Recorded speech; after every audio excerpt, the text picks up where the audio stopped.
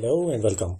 So in this video we are going to continue our discussion with virtual LANs, and if you remember from earlier videos, I had talked about virtual LANs where we had a switch. If you remember that I had drawn a switch and I had mentioned about, let me just make it a symbol of switch, and I had also mentioned about that if we had guys from different working departments connected to the same switch. For example, this would be a person from production department, this could be a maintenance department, this and the production department, this from maintenance department. And I had told about that the traffic, or in fact the broadcast that is generated from this guy, which is belonging to the production department, should not be going towards the people who are in maintenance department, and should only be visible to the guy to the production department.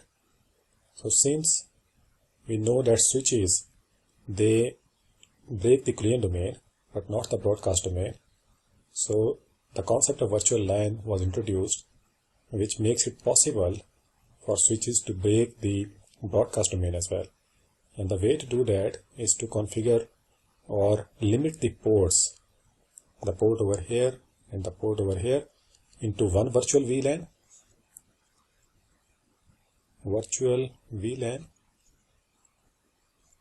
rather I would say virtual LAN, and the port over here and the port over here into another VLAN. Similarly, I had also talked about that if we had a number of switches connected together, if you remember from earlier lecture, that if we had 3 switches connected together and we had a bunch of guys working in different departments connected to different switches. For example, let me just draw it this way, that these 1 are working in one department, 3 and 3 are working in another department, and let's say 2 and 2 over here, they are in same department. So I had also mentioned that the traffic generated by these guys should remain within their own segments and should not be visible to the guys working in 3 or the guys in 1. So for that, we get the benefit of containing the traffic or broadcasts. It should not be going to all the ports over here and over here as well. It should be contained, and it also induces the aspect of security as well. Plus, the other benefit that we get from this configuration is that we do not have to have one switch, or rather one department, connected to the same switch. The department guys can be connected to any switch, and we just need to simply configure that particular port of that person, and place that port in that particular VLAN to make it look like as if they are connected to the same switch. So the benefit is that we get the segmentation within the LAN, we get the security and the flexibility as well. So these are some of the benefits that we get from virtual LAN environment. And how to implement it? Well, we need to configure the ports that are connected to the host or in between the switches. For example, these are the ports that are connected to the hosts. So we need to put these ports in access mode.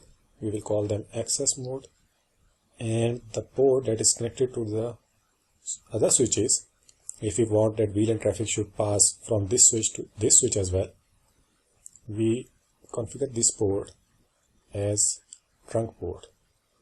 And trunk means that it is able to carry VLAN traffic. Access means that this port is belonging to a VLAN. That is correct, but it will not forward the VLAN based frames onto this port, because over here we have a host, and this host does not need to have the VLAN information or the frame that is carrying the VLAN information. Now the switches need to know that this port belongs to a virtual LAN, and within those switches, the traffic that is carrying the VLAN traffic should be visible and be identifiable, but once it leaves the access port, it will not be carrying the VLAN. And it's easier to understand in this way that VLAN is a tag or a number of fields that are actually placed inside the Ethernet frame. For example, over here, and if you remember from earlier lectures that in Ethernet frame we had a preamble field, then start frame delimiter, then destination MAC address, then source MAC address, and then after that we did not have this field in normal Ethernet 2 frame. We had type frame, data, and FCS. What VLAN does is that it introduces a new field in between the source address and the type, and that field is known as 82.1Q. And this field, besides other values, it also contains the 12-bit of VLAN ID, which in fact contains the VLAN that we configure on these ports. So within these switches, we'll have these tagged frames. So that switch knows that what are the ports that belong to a certain VLAN and what traffic needs to be transferred over to the trunks. Like if we did not have this field, then this switch, let's say we have a VLAN configured over here and another VLAN, or rather I would say the person belonging to the same LAN is placed over here. Then how this switch will be able to communicate that the frame that I am sending to this switch should only be forwarded to this computer or this terminal. The only way to let the switch know is some kind of information embedded in the frame, like over here, so that this switch should know that which ports that belong to a certain VLAN should this frame be forwarded to. So if it is carrying a value over here that let's say this frame belongs to VLAN 2, and if this port is configured to accept 2 VLAN traffic, then the frame should only be forwarded to this port. You are getting my point? So that's the concept of VLAN frames, that we tag a specific information within the frame of layer 2 to be identifiable by the switches so that they can take action based on that. And also the 82.1Q is IEEE standard format. Cisco has its own format, which is ISL, like you can see in the figure. This is also a tagging format used by Cisco, and ISL stands for inter-switch link. But I tell you that this ISL tagging format is getting obsoleted even by the Cisco itself, and in newer generation switches or the newer model switches of Cisco that are coming out, Cisco itself even is not supporting this ISL tagging format. They are only supporting this industry standard format. The other thing that you need to know about VLANs is there is a concept of native VLAN as well. And the concept is that if let's say we have a switch over here and a switch over here. Now by default, and remember this thing, that by default all the switch ports, doesn't matter if they are access or trunk ports, they are part of VLAN 1. That is the industry practice, you can say, that all the switch ports by default they belong to VLAN 1. Now if you want a particular port to not to belong to VLAN 1, then you configure it to belong to another VLAN, a different VLAN. It could be 2 or maybe 4024, because 2 is power, we have the number, as we have seen, the number of bits in VLAN ID are 12, so the maximum number that we can get is 4096. And not all switches support this big number. Some of them support even 1024, some of them might support 2048, but some higher end models, they may support up to 4096. So the native VLAN concept is that if we have a trunk in between these switches and we have configured VLAN 1, this one, or maybe VLAN 2, or maybe 3 as well, as the native VLAN for this switch and this switch as well, then all the frames, now remember this thing, that all the frames that belong to that particular VLAN traffic, for example, we have configured VLAN number 3 over here and VLAN number 3 port over here, that this port belongs to VLAN number 3 and this port belongs to VLAN number 3. Then the traffic that passes in between these two hosts via this trunk link will not be tagged. That is important to understand, that native VLANs traffic does not get tagged even on the trunk links. So if we have by default VLAN 1 is native VLAN, so all the traffic that is passing through this trunk link will not be tagged because that is native to the switches. They understand about it.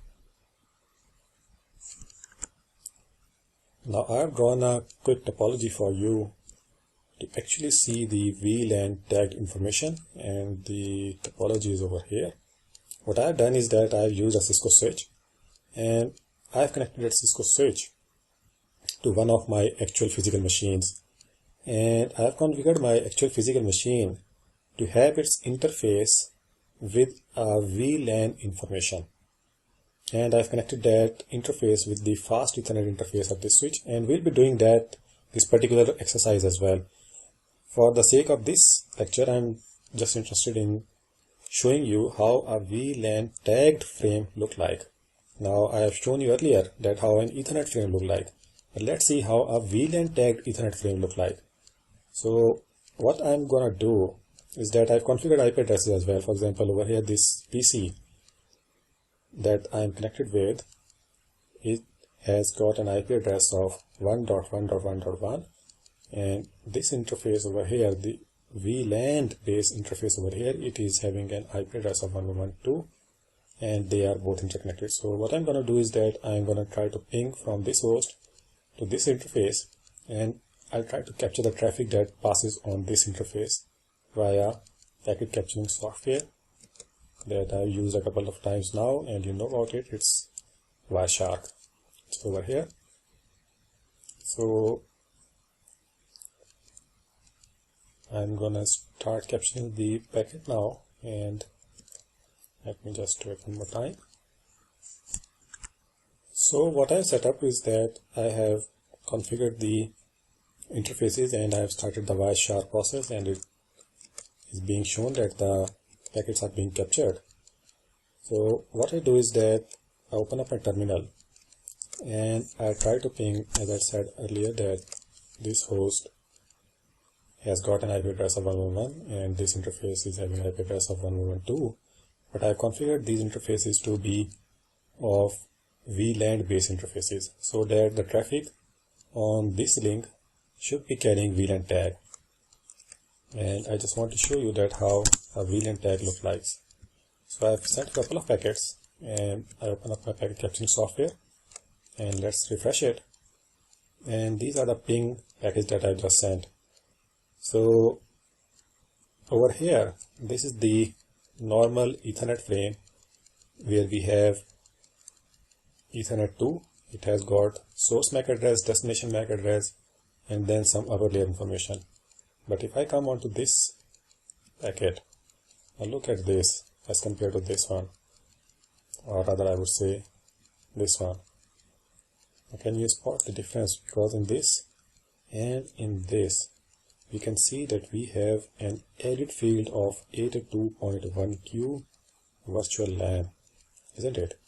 And look at this, even it is showing the ID, which is the VLAN ID. And if you open up this detail of this field, you can see that we have 12 bits in the VLAN ID field, and the value based on this binary number is set to 4. So the thing that we had read earlier in our slide that it inserts a special field in the VLAN frame, sorry, by mistake, in the Ethernet frame of 82.1q that we can see with our own very eyes that yes, indeed it does. And it really helps in the understanding of the frames and how our traffic moves. So we are going to configure the VLANs in upcoming lecture. That was some theory about it that you should need to know, and you should understand that we have trunk interfaces that carry traffic from multiple VLANs. We have access interfaces where that interface belongs to a particular VLAN, but VLAN traffic is not sent out the interface. When a traffic is sent towards the interface takes that traffic, puts on a VLAN tag on it. For example, let me just quickly draw it for you guys. Let me just draw it. So for example, we have a switch over here and we have a switch over here, and this is the PC that is connected with this switch, and this is the PC that is connected with this switch.